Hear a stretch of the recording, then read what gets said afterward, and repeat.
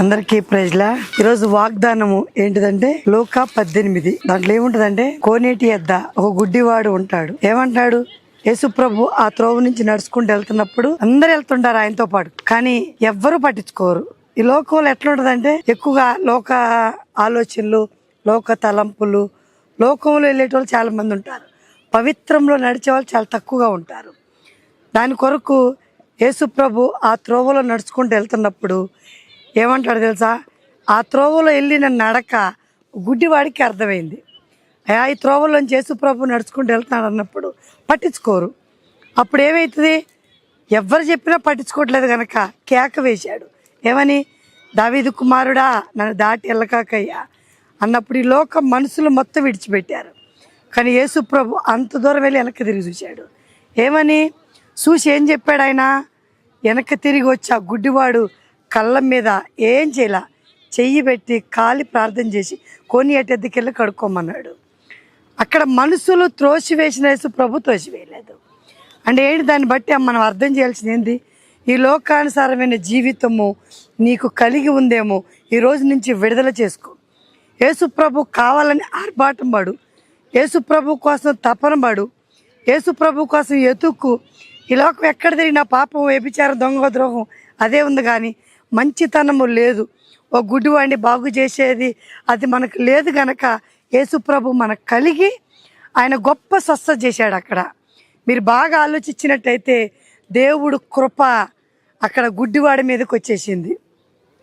మరి దేవుడు మంచి వాళ్ళకే దేవుడు అంటారు కదా, గుడ్డి వాళ్ళకి, లోకంలో పాపాత్ములకి, వ్యభిచారులకి దేవుడు ఈరోజు చెప్తుంది నీకు ఒక వాగ్దానములు. ఏంటిదంటే నువ్వు ఇప్పుడు ఏ స్థితిలో ఉన్నావో ఆ స్థితిని విడిచి దేవునిలోకి నిశ్చయముగా రమ్మంటున్నాడు. యేసయ్య నిన్ను అడుగుతున్నాడు గనక నువ్వు ఒక్కసారి గమనించు. యేసు ప్రభు అడుగుతున్నాడు, నన్ను అడిగిన వాళ్ళకి నేను ఏదైనా ఇస్తానంటున్నాడు. నువ్వు గమనించినట్టయితే ఈ వాగ్దానము నీ కోసమే. ఈ లోకంలో మనం ఎక్కడ తిరిగినా ఏది చేసినా ఒక దినాన మరణం ఉంది. ఆ మరణములో తప్పించుకోవాలంటే గ్రంథము నువ్వు ఖచ్చితంగా పాటించాలి. ఈ యేసు ప్రభు గ్రంథం నువ్వు పాటించిన ఎడల యేసయ్య నీ ఇంట్లోనే, నీ ఒంట్లోనే ఉండబోతున్నాడు. నీ జీవితాన్ని మార్చబోతున్నాడు. నీ జీవితంలో గొప్ప కార్యము చేయబోతున్నాడు కనుక నువ్వు గమనించాలి. బాగా నువ్వు గమనించి ఏం చేయాలి? ఒక గుడ్డివాడినే బాగు చేసిన దేవుడు నా జీవితాన్ని ఎందుకు బాగు చేయడు?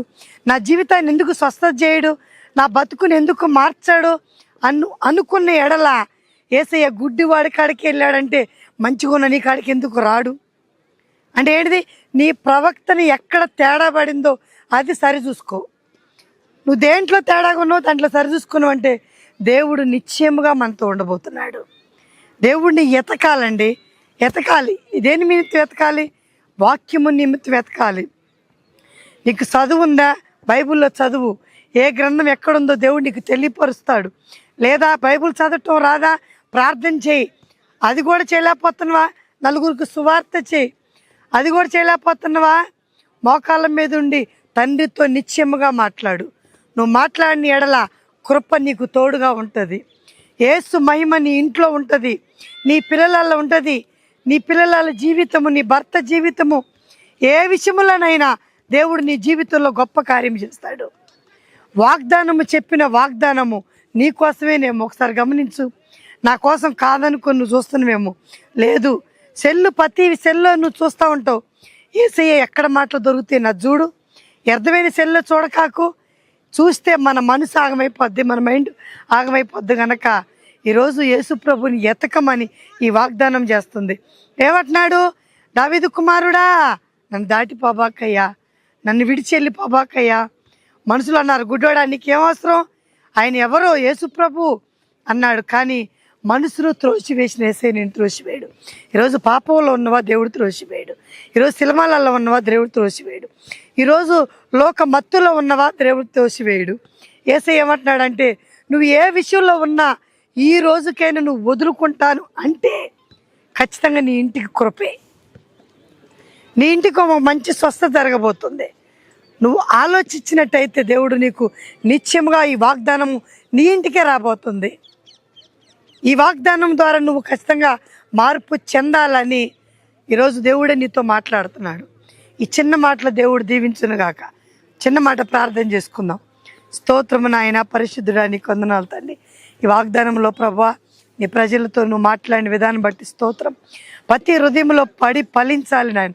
ఎక్కడ దుష్టుడు పని చేయకుండా నీ బిడ్డల నాయన ఈ వాగ్దానం ద్వారా అనేకులకి సువార్త చెప్పే కృప కూడా దయచేయమని యేసయ్య పరిశుద్ధ నామములో అడుగుతున్నాం తండ్రి.